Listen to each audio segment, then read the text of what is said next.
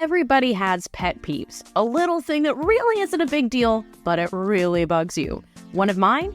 When people call CSS a plugin, because it's not. And that is one of the many Squarespace-related code rumors that I'm going to dispel in this episode of Think Inside the Square. Welcome to Think Inside the Square, a podcast full of quick tips and tricks that will help you create a Squarespace website that you're proud of.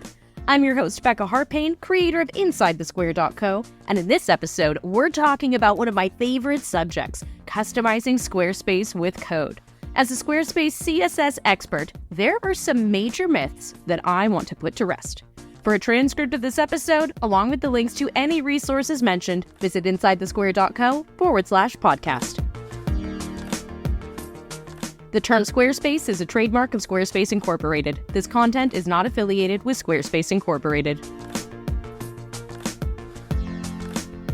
CSS stands for Cascading Style Sheet. It's a code language that tells a computer browser how to display the content of the page, what fonts to use, what colors things should be, and where it all is. All websites have a CSS file. For us Squarespace users, it's created automatically. This file is made based on the settings in your site style menu. What fonts you pick, what colors you select, everything you set in that style menu is translated to CSS behind the scenes.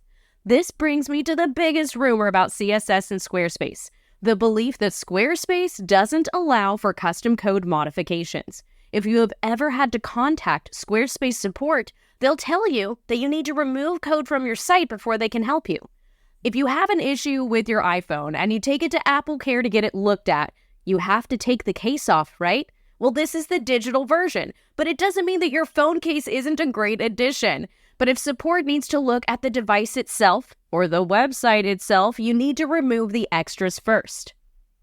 Squarespace is actually designed perfectly to have custom code added to it. They have multiple places you can add code to your website, even direct access to the CSS file so you can add more lines of code to it.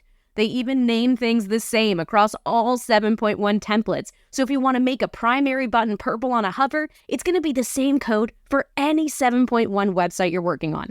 That's why many Squarespace experts, myself included, use it to make really cool customizations in Squarespace. Now back to that rumor I started this episode with. CSS is not a plugin. A plugin changes the functionality of a software program without altering the software itself. It communicates with the software to make changes. CSS changes the style of a site, but not the way it works. It doesn't actually change the content of a site. All CSS can do is tell a browser to display something in a specific way. Now, JavaScript can change or create a function, so that can be a plugin. But CSS is just about the style. It's in the name, Cascading Style Sheet. So this brings us to rumor number 3. A lot of Squarespace users are afraid to try customizing their site with code because they think it's going to break their website. I am here to tell you with 100% certainty that custom CSS cannot break your Squarespace site. It literally can't, because it only changes how things look and not how they work. It doesn't actually alter anything about your Squarespace website besides how it looks. It's not going to remove content, and it's not going to stop things from functioning. Can CSS hide something or move something off the page? Totally. But it's not broken. This is code you added yourself, so it's code that you can remove. And again, it can never alter the way Squarespace actually functions. To be honest, this is why I steer clear of teaching any JavaScript in my tutorials. Even basic JavaScript can alter the way things work because it's supposed to. That's what JavaScript does. So if you aren't skilled enough to troubleshoot your own code, I don't want you to rely on it.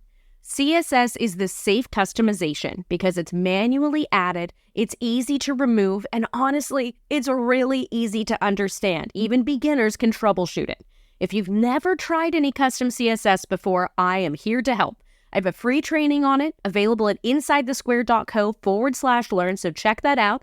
Again, that's InsideTheSquare.co/learn. You will learn the basics of CSS for Squarespace lightning fast. Thousands of other Squarespace users have used this training and gone on to make some amazing customizations on their Squarespace website, so definitely check that out. So a quick recap. Rumor number 1, Squarespace doesn't allow custom code modifications. That is not true. Yes, you have to remove code from your site if you need support, but Squarespace makes it super easy to add any code you want to your website, including custom CSS. The second rumor is that CSS is a plugin. A plugin technically adds a feature or function which CSS can't do. CSS is the style of a site. Squarespace creates it automatically for you based on your site style options. You can add custom CSS to your site, but it's not a plugin. A plugin can be a software, it can be JavaScript, or anything else that changes a function. The third rumor is that CSS can break your Squarespace website. CSS changes the style and nothing else. So if it does something you don't want it to do, like move an image off a page or hide something that should be visible, your site is not broken. Just remove your code and try again. You cannot break Squarespace with custom CSS.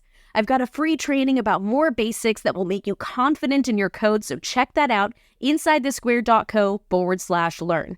I'm confident that once you learn the basics, you will become obsessed with making your Squarespace website uniquely yours, and I'm super excited to see what you do with it. Thank you so much for listening to this episode of Think Inside the Square. I have a lot more tips and tricks to share with you about making an amazing Squarespace website that's uniquely yours, so be sure to subscribe to this podcast wherever you happen to be listening to this episode. Thanks again for listening, and most importantly, have fun with your Squarespace website. Bye for now.